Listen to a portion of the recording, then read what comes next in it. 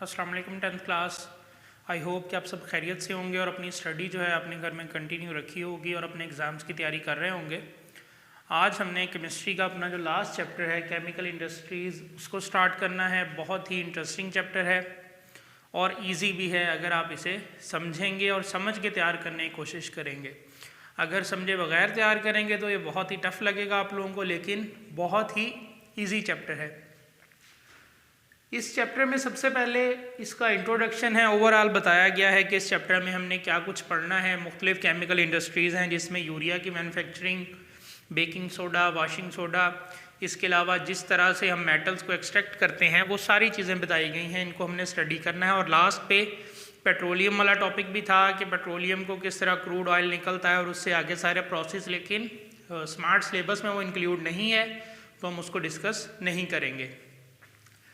Introduction में general बातें बताई गई हैं कि पाकिस्तान में बहुत सारी इंडस्ट्रीज़ काम कर रही हैं। पाकिस्तान बहुत सारी चीज़ें खुद प्रोड्यूस कर रहा है, जिसमें हमारे पास फर्टिलाइज़र इंडस्ट्री है। हमारी जितनी भी ज़रूरियात हैं फर्टिलाइज़र की, पेस्टिसाइड्स की, वो पाकिस्तान खुद तैयार करता है। उसके अलावा स्पोर्ट्स की और भी हमारी जो मशीनरी है, हैवी मशीनरी या ज़रूरी आलात हैं, ये सारी चीज़ें पाकिस्तान जो है खुद प्रोड्यूस करता है। एक ऐसा वक्त था कि जिसमें पाकिस्तान के पास कुछ भी नहीं था। 1947 में इंडिया में टोटल 921 इंडस्ट्रियल यूनिट्स थे। यह बात आप लोगों ने एमसीक्यूज़ के हवाले से याद रखनी है और आपकी बुक में की भी गई है। लेकिन आज़ादी के बाद पाकिस्तान के हिस्से में सिर्फ 24 आए।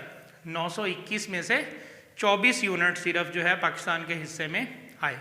24 या 34 का वर्ड यूज़ किया गया है, आपने देख के कंफर्म कर लेना है। उसके बाद आगे वो कहता है कि जो हमारे पास जितने इंडस्ट्रियल यूनिट्स आए उससे फिर आगे हमने प्राइवेट इंडस्ट्री को भी उसके साथ शामिल किया, जिसकी वजह से हमारी इंडस्ट्री को फ़रोग मिला और चलते चलते अब हम बहुत सारी चीज़ें खुद प्रोड्यूस कर रहे हैं। जो हमारा पहला टॉपिक है वो है बेसिक मेटलर्जिकल ऑपरेशंस। मेटलर्जी में मुख्तलिफ कौन कौन सी टेक्निक्स हम यूज़ करते हैं उसको हमने स्टडी करना है। मेटलर्जी क्या है इसको भी हम देखेंगे, लेकिन उससे पहले कुछ जनरल बेसिक डेफिनेशंस हैं जो आप लोगों को पता होनी चाहिए। जिसमें सबसे पहले हमारे पास है मिनरल्स। बहुत सिंपल डेफिनेशंस हैं। वो कहता है the solid materials found beneath the earth surface. ऐसा सॉलिड मटेरियल जो ज़मीन के नीचे पाया जाए, which contains compound of metals, जिसके अंदर मेटल के कंपाउंड्स मौजूद हों in combined state along with earthly impurities. दो चीज़ों की उसने बात की है।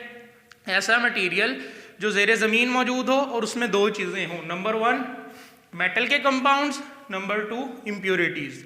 तो ऐसा मटेरियल जो हमें ज़ेरे ज़मीन मिले और दो चीज़ें हों, इम्प्योरिटीज़ भी हों, मेटल भी हों, उसे हम क्या कह देते हैं? मिनरल्स कह देते हैं।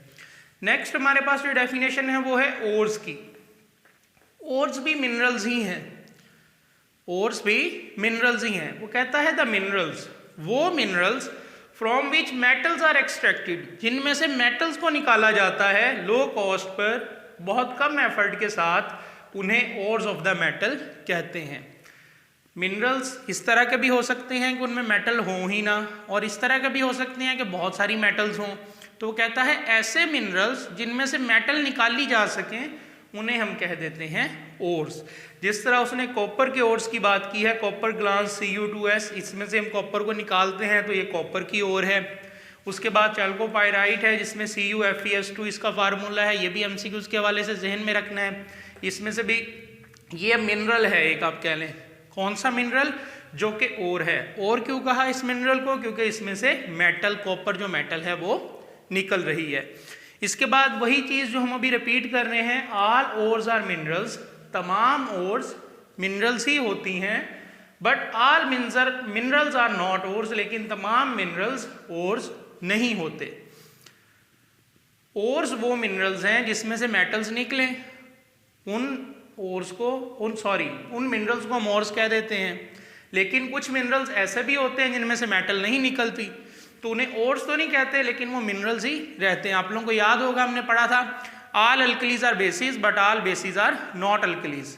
तकरीबन जैसे वही बात थी, हमने कहा था वो बेसिस जो पानी में डिजोल्व हो जाए उन्हें अल्कलीज कहते हैं। अब जाहिर बात है वो बेस थी तो पानी में डिजोल्व हुई, इसलिए वो बेस तो है ही है, साथ में अल्कली भी है, और बाकी की सारी वो बेसिस ही थी, अल्कलीज नहीं थी जो पानी में हल हो रही थी। सेम यहाँ पर देखें, मिनरल्स सारे ही हैं। वो मिनरल्स जिनमें से मेटल्स निकले उन्हें ओर्स कहते हैं, जिनमें से ना निकले वो मिनरल्स ही रहते हैं। तो ये थी पहली दो बेसिक डेफिनेशंस। दो चीज़ें हमने पढ़ी हैं, मेटल्स भी होंगी और इम्प्योरिटीज भी होंगी। जिन मिनरल्स में मेटल्स होंगी उन्हें हम क्या कह देंगे, ओर्स। अब दूसरी बात हम करते हैं इम्प्योरिटीज की। वो इम्प्योरिटीज को नाम दिया गया है गैंग का। The earthly and other impurities associated with the minerals.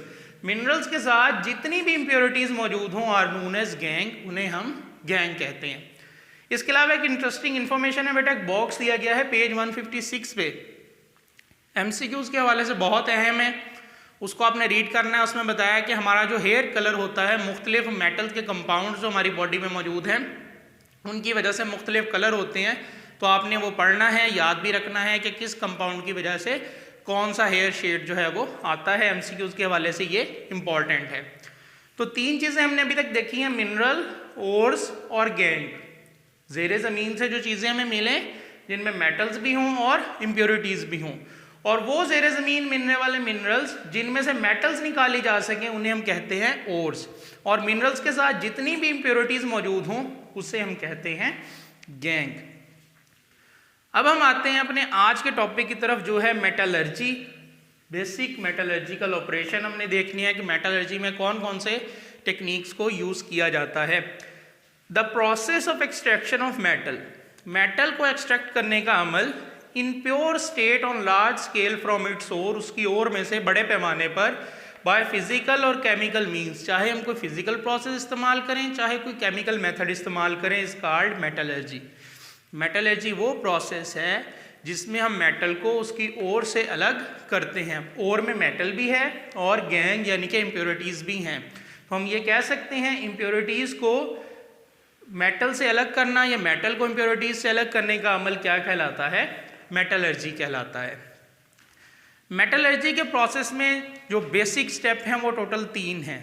3 steps पर मुश्तमिल है मेटलर्जी का जो प्रोसेस। आज हम उसमें से जस्ट पहला स्टेप डिस्कस करेंगे, नेक्स्ट लेक्चर में हम बाकी के 2 स्टेप्स डिस्कस करेंगे।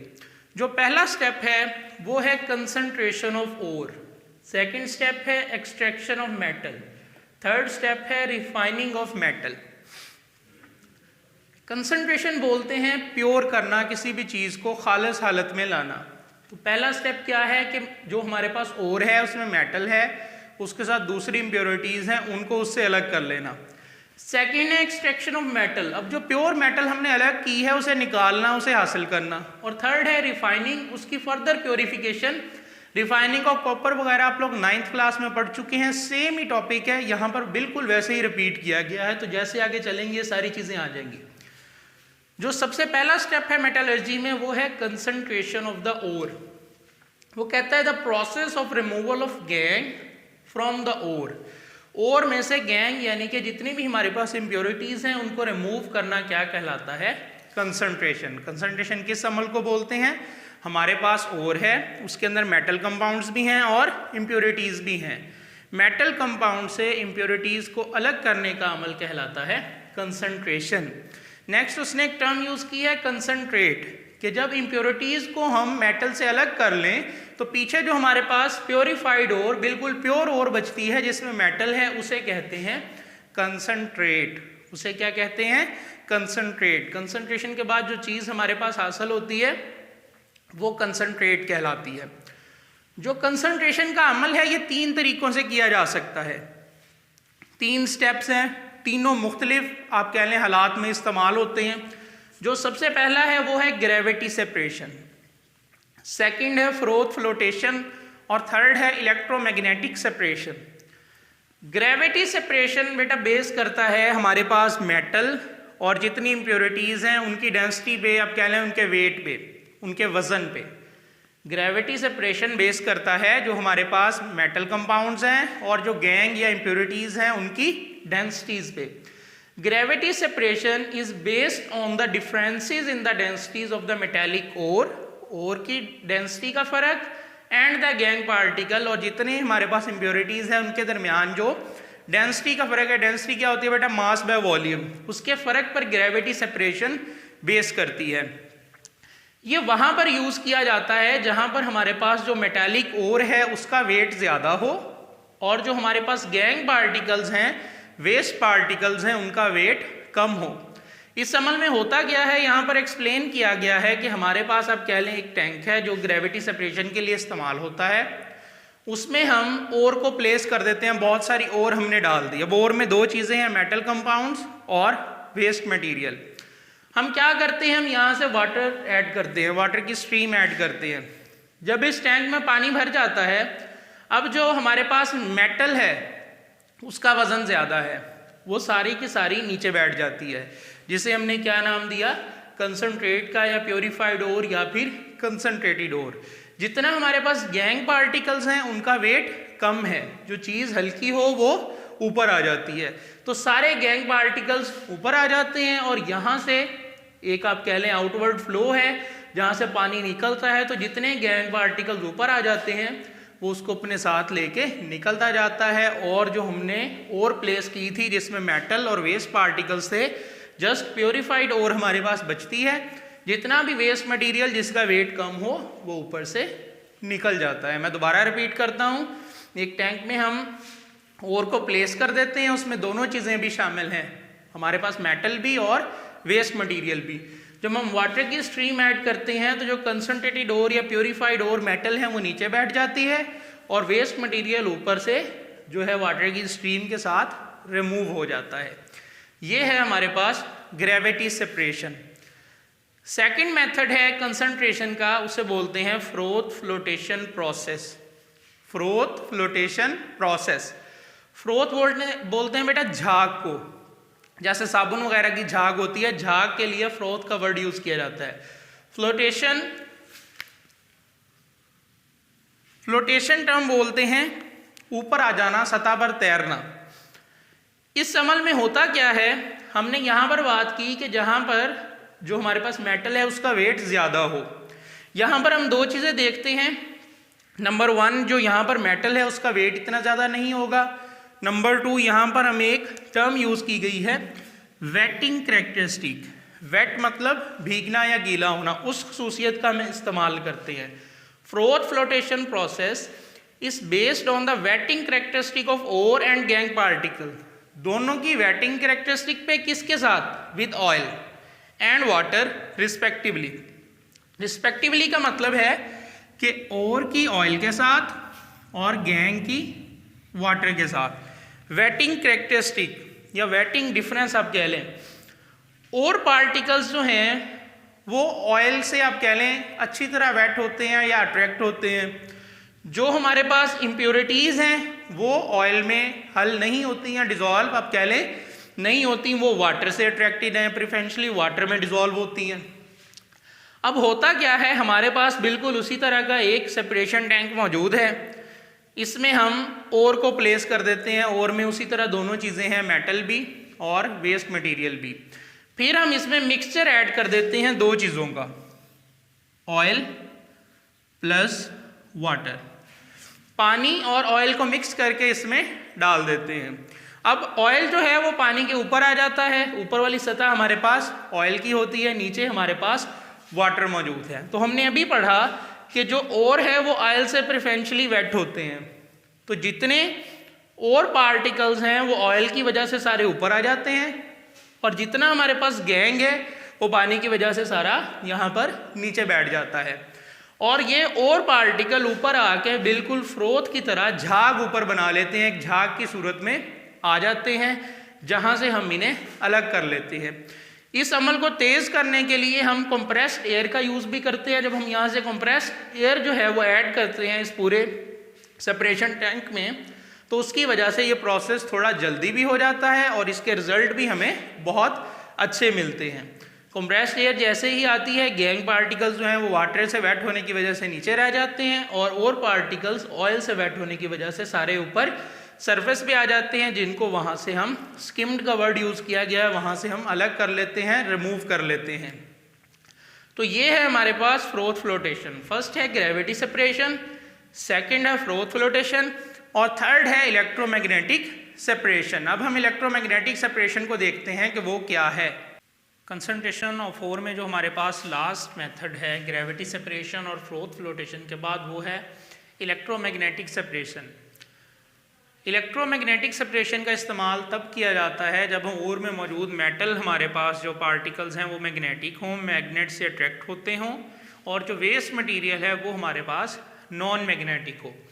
वो कहता है कि electromagnetic separation is based on the separation of magnetic ores, के जो हमारे पास मैग्नेटिक ओर्स हैं उनको हमने सेपरेट करना है from non magnetic impurities, non magnetic impurities में से बाय मीन्स ऑफ इलेक्ट्रोमैग्नेट या मैग्नेटिक सेपरेटर या इलेक्ट्रोमैग्नेट का इस्तेमाल करते हुए मैग्नेटिक ओर्स को नॉन मैग्नेटिक इम्प्योरिटीज़ से सेपरेट करना इलेक्ट्रोमैग्नेटिक सेपरेशन कहलाता है। इस प्रोसेस में ये काम होता है। अब इसका जो सेटअप है उसमें हमारे पास क्या होता है, दो रोलर हमारे पास मौजूद होते हैं जो रोल करते हैं, घूमते हैं। उनमें से जो फर्स्ट वन है रोलर, ये नॉन मैग्नेटिक होता है। सेकंड रोलर जो है इसमें इलेक्ट्रोमैग्नेट लगे होते हैं, ये मैग्नेटिक होता है। दो रोलर्स हैं, एक नॉन मैग्नेटिक है और ये वाला हमारे पास मैग्नेटिक है। होता क्या है, फर्स्ट रोलर के ऊपर हम इन दोनों के ऊपर एक लेदर बेल्ट मूव कर रहा होता है जिसे मैग्नेटिक बेल्ट भी बोलते हैं। वो इन दोनों के ऊपर ऐसे मूव कर रहा है, ये सर्कल ऐसे चलता आ रहा है। ये रोलर नॉन मैग्नेटिक है, ये मैग्नेटिक है। यहाँ से हम इसमें क्रश्ड ओर को डालते हैं बेल्ट के ऊपर। ये बेल्ट मूव करता आता है, क्रश्ड ओर इसके साथ मूव होती आती है। यहाँ से जब ये घूमता है तो ये इसके अंदर मैग्नेट्स हैं। मैग्नेट की वजह से जो हमारे पास मैग्नेटिक ओर है वो इसके साथ अटैच रहती है, वो इसके साथ अटैच रहती है। जब ये घूम के नीचे आता है तो मैग्नेटिक ओर यहाँ पे इसके साथ अटैच है क्योंकि अंदर मैग्नेट लगे हुए हैं। जो नॉन मैग्नेटिक वेस्ट है उसको ये मैग्नेट अट्रैक्ट नहीं कर रहा है। वो यहाँ से क्या होता है, जब अट्रैक्ट नहीं हो रहा तो इसके साथ घूमता नीचे आता है और यहाँ से नीचे हमारे पास फर्स्ट बॉक्स में गिरता जाता है। जो मैग्नेटिक ओर है वो इसके से अट्रैक्ट हो रही है और आगे मूव करती जाती है, जहाँ से ये मैग्नेटिक बेल्ट हमारे पास ऊपर को मूव कर जाते हैं और ये वाला पोर्शन जहाँ पर जस्ट ये हमारे पास बेल्ट बचता है, इसके पास कोई अब अट्रैक्शन नहीं है मैग्नेट की, क्योंकि मैग्नेट यहाँ से ऊपर को रोल कर गए हैं।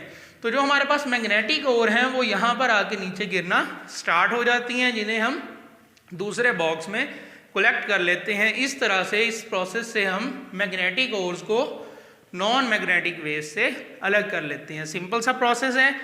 दो रोलर्स हैं हमारे पास, ये नॉन मैग्नेटिक है, ये मैग्नेटिक है। जो हमारे पास बेल्ट है उसके ऊपर हम क्रश्ड ओर को प्लेस करते हैं। जब वो यहाँ से आकर रोल होकर नीचे पहुँचती है तो नॉन मैग्नेटिक वेव्स तो फ़ौरन ही नीचे गिर जाता है, और मैग्नेटिक वेव्स जब रोलर में इलेक्ट्रोमैग्नेट एंड होते हैं तो वहाँ पर दूसरे बॉक्स में हमारे पास सारा कलेक्ट हो जाता है। तो ये था स्टूडेंट्स आज का टॉपिक, जिसमें हमने स्टार्ट में मिनरल की डेफिनेशन, ओर की, गैंग पार्टिकल्स, मेटलर्जी के 3 स्टेप्स हैं, कंसंट्रेशन, एक्सट्रैक्शन और रिफाइनिंग, जिसमें से हमने आज जस्ट कंसंट्रेशन को डिस्कस किया है। कंसंट्रेशन ऑफ ओर में 3 स्टेप्स थे हमारे पास, ग्रेविटी सेपरेशन, फ्रोथ फ्लोटेशन और लास्ट वन इलेक्ट्रोमैग्नेटिक सेपरेशन। उम्मीद है आप लोगों को समझ आया होगा। इसको अच्छे से आप लोगों ने रीड करना है, समझना है, तैयार भी करना है। अपना ख्याल रखिएगा। अल्लाह हाफिज़।